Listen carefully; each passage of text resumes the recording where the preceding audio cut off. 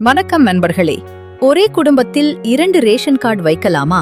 இந்த கேள்வி நிறைய பேருக்கு இருக்கும். குறிப்பா கல்யாணமான பிறகு அல்லது குடும்பத்திலிருந்து தனியா போறவங்களுக்கு இந்த சந்தேகம் அதிகமா வரும். அதுக்கு பதில் என்னன்னு இப்போ பாப்போம். பொதுவா ஒரு குடும்பத்துக்கு ஒரு ரேஷன் கார்டு தான் இருக்கும். அந்த குடும்பத்துல இருக்கிற கணவன், மனைவி, குழந்தைகள் எல்லாரோட பெயரும் ஒரே கார்டுல தான் இருக்கும். ஆனா ஒரு சூழ்நிலையில மட்டும் புதிய ரேஷன் கார்டு வாங்க முடியும். உதாரணத்துக்கு, கல்யாணமான பிறகு நீங்க தனியா வீடு எடுத்து தனி குடும்பமா வாழ ஆரம்பிச்சிட்டீங்கன்னா அதற்கான தகுதி இருந்தா புதிய ரேஷன் கார்டுக்கு விண்ணப்பிக்கலாம்.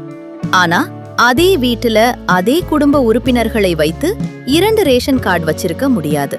சில பேர் கூடுதல் சலுகை கிடைக்கும்னு நினைச்சு தவறான தகவல் கொடுத்து இன்னொரு கார்டு வாங்க முயற்சி பண்ணுவாங்க.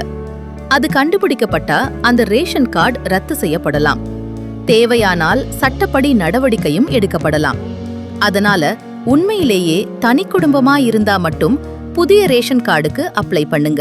இல்லனா ஏற்கனவே இருக்கும் ரேஷன் கார்டுல தேவையான மாற்றங்களை மட்டும் அப்டேட் பண்ணிக்கோங்க.